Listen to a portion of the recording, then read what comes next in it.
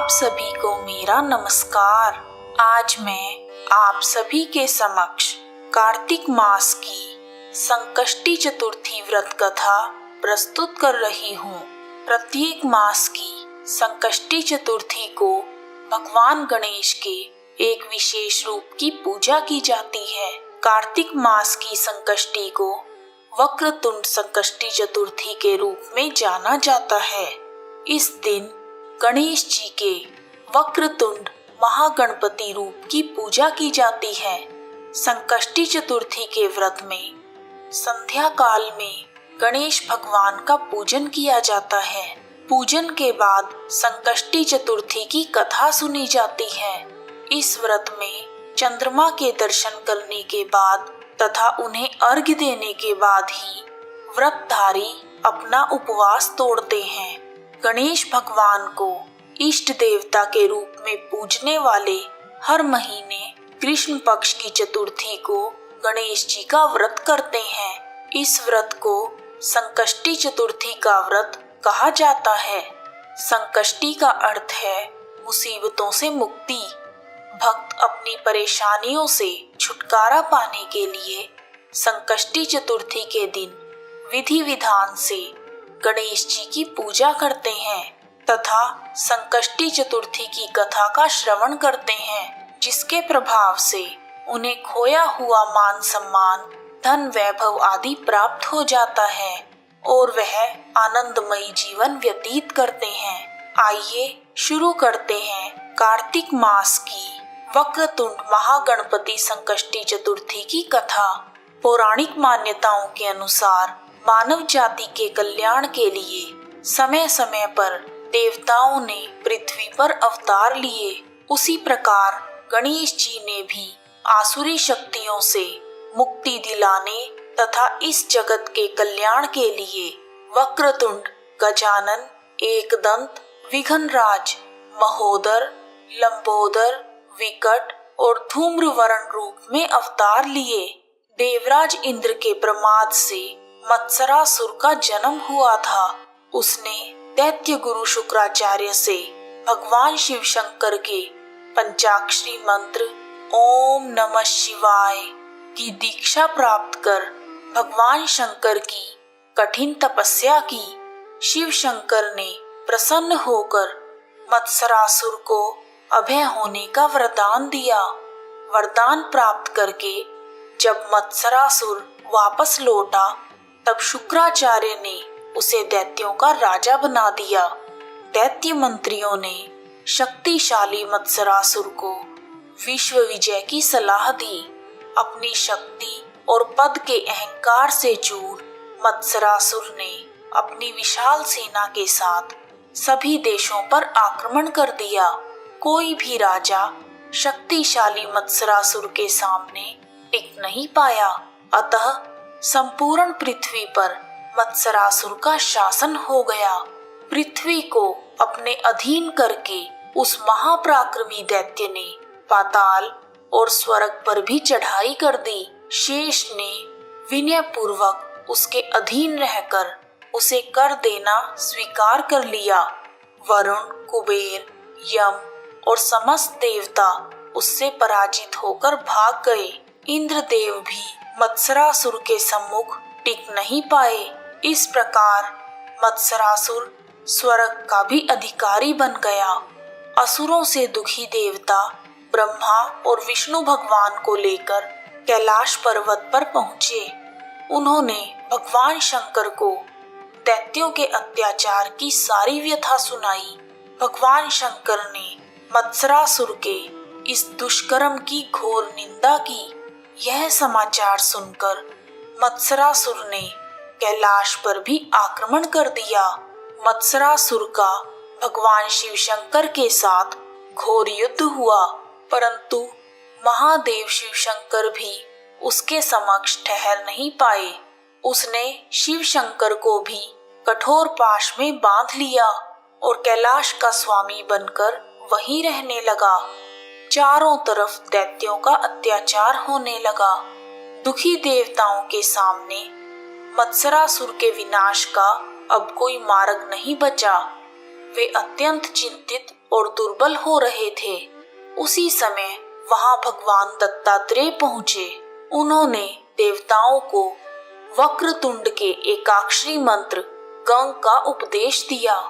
समस्त देवता भगवान वक्रतुंड के ध्यान के साथ एकाक्षरी मंत्र का जाप करने लगे। उनकी आराधना से संतुष्ट होकर तत्काल वक्रतुंड गणेश भगवान प्रकट हुए। उन्होंने देवताओं से कहा, आप सभी निश्चिंत हो जाएं, मैं मत्सरासुर के गर्व को चूर चूर कर दूंगा। भगवान वक्रतुंड ने अपने असंख्य गणों के साथ मत्सरासुर के महल को चारों तरफ से घेर लिया। भयंकर युद्ध छिड़ गया। 5 दिनों तक लगातार युद्ध चलता रहा। मत्सरासुर के सुंदर प्रिय एवं विषय प्रिय नाम के 2 पुत्र थे। वक्रतुंड गणेश भगवान के 2 गणों ने उन दोनों को मार दिया।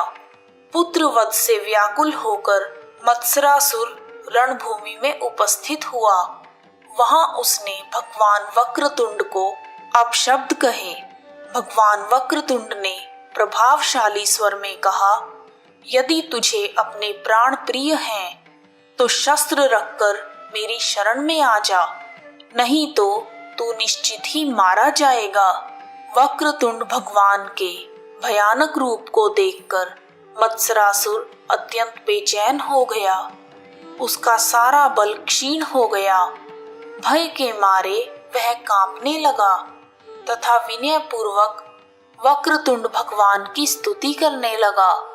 उसकी प्रार्थना से संतुष्ट होकर दयामय वक्रतुंड भगवान ने उसे अभय प्रदान करते हुए अपनी भक्ति का वरदान दिया तथा शांत जीवन बिताने के लिए पाताल जाने का आदेश दिया। मत्सरासुर से निश्चिंत होकर देवगण वक्रतुंड भगवान की स्तुति करने लगे।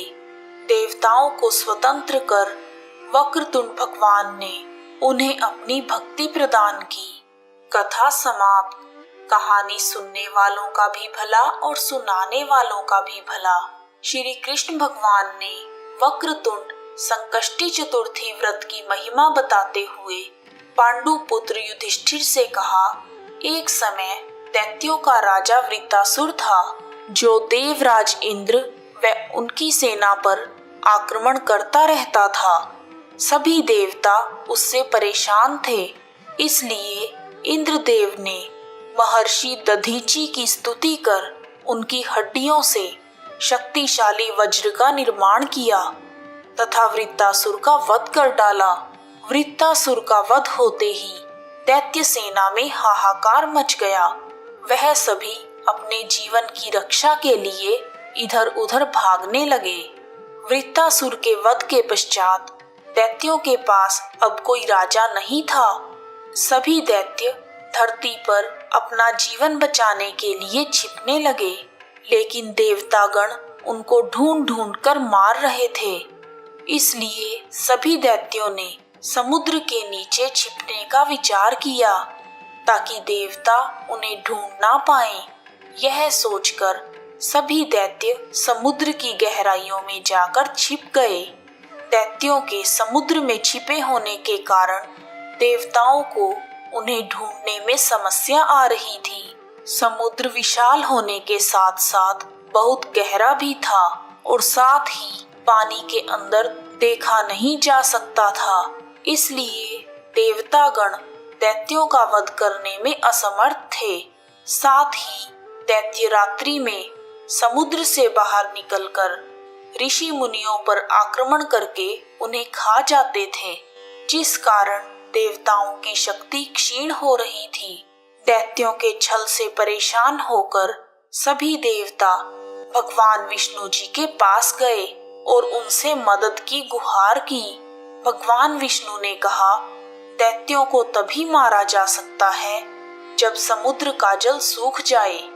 इसके लिए उन्होंने उपाय सुझाया कि पृथ्वी पर ही अगस्त्य मुनि नाम का एक महान तपस्वी है, जो अपनी शक्ति से समुद्र के जल को पीकर सुखा सकते हैं। भगवान विष्णु से आदेश पाकर सभी देवता अगस्त्य मुनि से सहायता मांगने के लिए गए। जब ऋषि अगस्त्य ने देवताओं की समस्या सुनी तब वह उनकी सहायता करने को तैयार हो गए। अगस्त्य मुनि ने प्रसन्न होकर कहा, हे देवताओं, डरने की कोई बात नहीं, आप सभी का मनोरथ अवश्य पूरा होगा। मुनि की बात सुनकर सभी देवता संतुष्ट होकर अपने अपने लोक चले गए। इधर अगस्त्य मुनि को चिंता हुई कि 1,00,000 योजन इस विशाल समुद्र को मैं कैसे सुखाऊंगा। तब अगस्त्य मुनि ने गणेश जी को याद करके वक्रतुंड संकष्टी चतुर्थी के उत्तम व्रत को विधि पूर्वक संपन्न किया। व्रत करने से गणेश भगवान उन पर प्रसन्न हुए और उसी व्रत के प्रभाव से अगस्त्य मुनि ने समुद्र को सहज ही पीकर सुखा दिया। समुद्र के सूखने से दैत्य उसमें साफ साफ दिखने लगे। दैत्यों के बाहर आते ही सभी देवताओं ने उन पर भीषण आक्रमण कर दिया। देवताओं ने बहुत से दैत्यों को मृत्यु के घाट उतार दिया, परंतु कुछ दैत्य डरकर वहां से भाग गए और पुनः पाताल लोक चले गए।